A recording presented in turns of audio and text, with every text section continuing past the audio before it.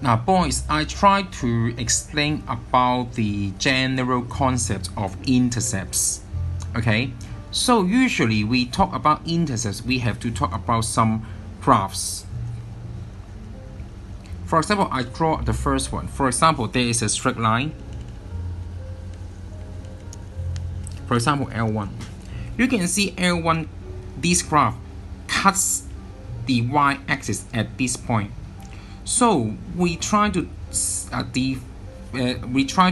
define easier communication. So when for L1, because it cuts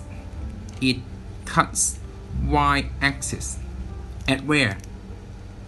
At 0, 10, right? But actually, if we don't use coordinate, we know this point is 10, the same thing.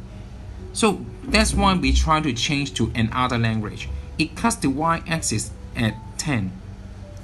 Actually, the same idea.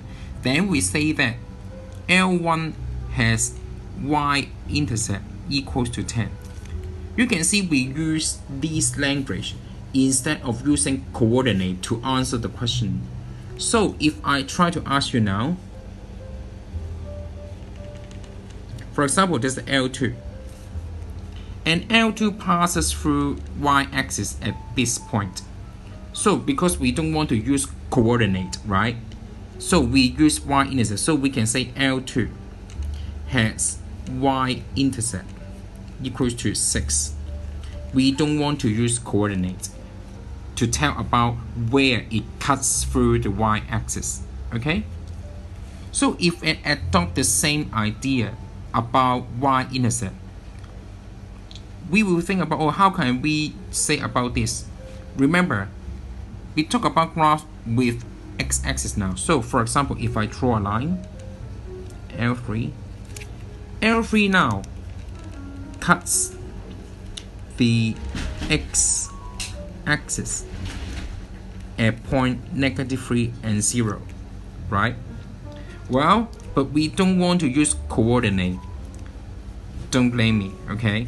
So we use another language, easier because we can look at it is -3.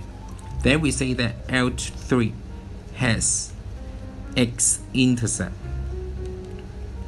equals to -3. Remember, actually, these two phrases, 1 and 2, they are more or less the same. You can use coordinate, or you can use just x-intercept, use -3 to represent the same thing. So that's why when the question always asks you about x and y intercept, we concentrate onto the axis, the position. You can always change the y-intercept back to the coordinate pair like this. For example, if I now try to say, oh, L4, maybe it's a straight line, has x-intercept at -5, equals to -5. Then where is the point? Then we know here. -5, maybe something here, L4, right? Then we know actually this is a point. Remember, x equals to -5 and y equals to 0. This is xy intercept. And according to our quadratic equation, sometimes we have two roots passing through like this. So for quadratic equation, quadratic graph, we must say that there's two roots. Now remember, a lot of different versions. Two roots, that is 2 x-intercept. So we can just solve the equation and then we can get two roots. That means the 2 x-intercept, the same thing. However, we try to learn one more thing. Because this graph must go somewhere to y-axis, maybe here. It cuts through y-axis for sure.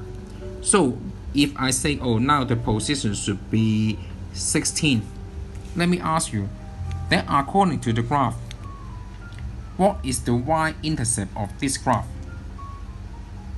So the y-intercept of this graph is 16, which is passing through 0, 16.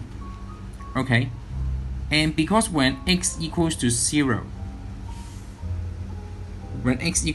these two terms will be eliminated.